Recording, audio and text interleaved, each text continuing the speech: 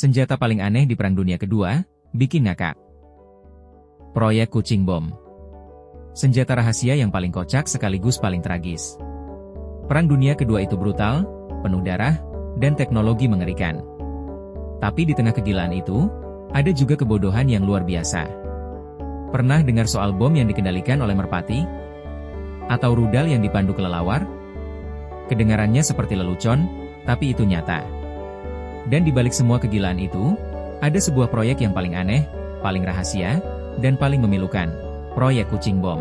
Sebuah cerita yang akan membuatmu tertawa, lalu tiba-tiba terdiam, dan bertanya-tanya, benarkah ini terjadi?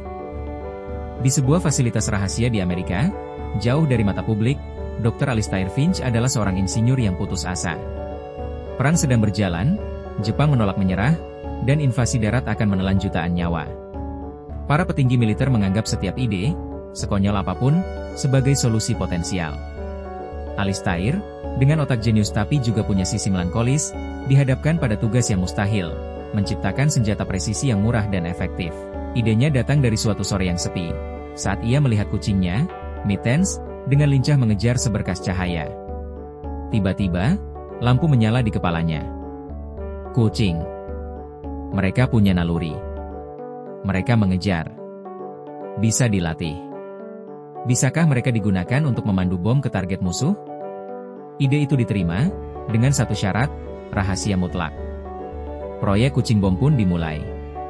Puluhan, lalu ratusan kucing dibawa ke fasilitas. Alistair adalah pimpinan proyek.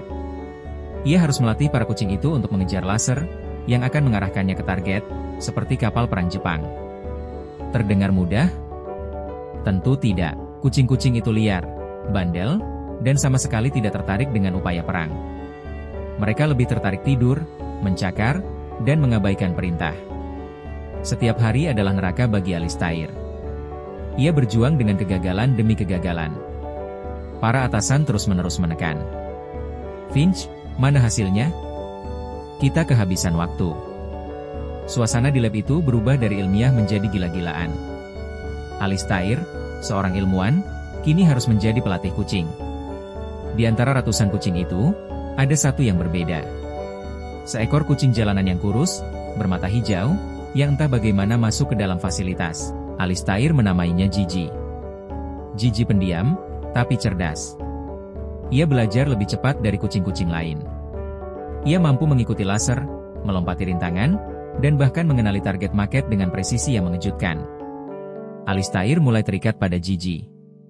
Di tengah kekacauan dan tekanan proyek yang gila ini, Gigi adalah satu-satunya sumber ketenangan. Alistair akan berbicara pada Gigi tentang pekerjaannya, tentang rasa bersalahnya, tentang perang yang tak kunjung usai. Gigi akan mengeong pelan, seolah mengerti.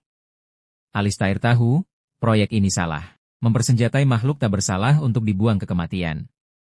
Tapi apa pilihannya? Jika proyek ini gagal, jutaan manusia akan mati dalam invasi.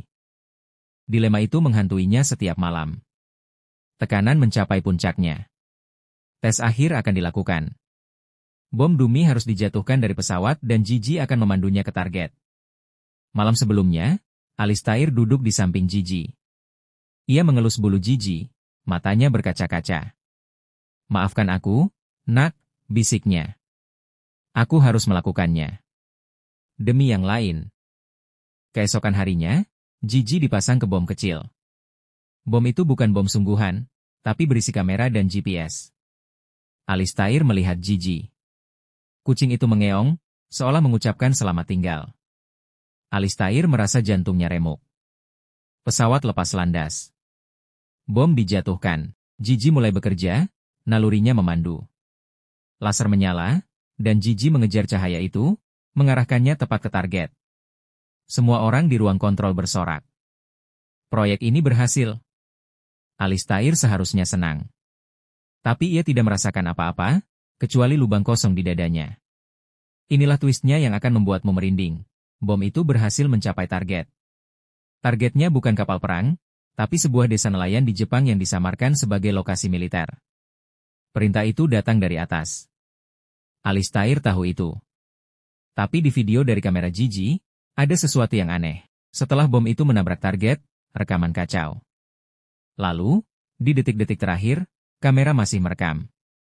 Ia merekam Gigi. Gigi tidak mati dalam ledakan. Ia terluka parah. Tapi ia selamat, dan rekaman menunjukkan ia merangkak keluar dari puing-puing, dengan kakinya yang patah, mencari sesuatu. Alistair memperbesar gambar. Gigi merangkak ke arah suara seorang anak kecil yang menangis. Kucing itu tidak mengejar laser, tidak lagi. Naluri kemanusiaannya mengambil alih.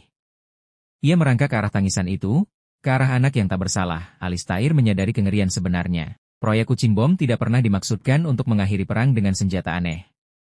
Itu adalah sebuah uji coba etika.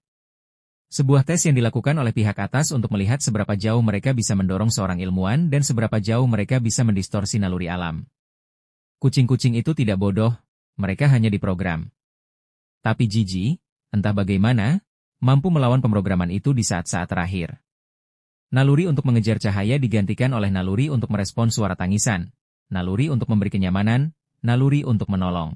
Gigi, seekor kucing, menunjukkan lebih banyak empati daripada manusia yang menciptakannya. Proyek itu akhirnya dibatalkan, dicap sebagai gagal, dan terlalu tidak konsisten. Gigi dianggap tewas dalam ledakan. Tapi Alistair tahu kebenarannya. Ia tahu bahwa senjata paling aneh di Perang Dunia Kedua itu bukanlah kucing yang dipersenjatai, melainkan naluri baik yang tetap hidup di tengah kehancuran, bahkan dalam diri seekor hewan yang tak bersalah. Sejak saat itu, Alistair mendedikasikan hidupnya untuk aktivisme anti-perang. Ia tahu bahwa kehancuran terbesar bukanlah yang disebabkan oleh bom, tapi oleh hilangnya kemanusiaan itu sendiri. Dan ia akan selalu mengingat Gigi, pahlawan tak bernama, yang mengajarinya pelajaran paling penting tentang perang, bahwa di antara semua kegilaan, selalu ada secercah harapan, secercah kasih sayang, bahkan di dalam makhluk yang paling aneh sekalipun.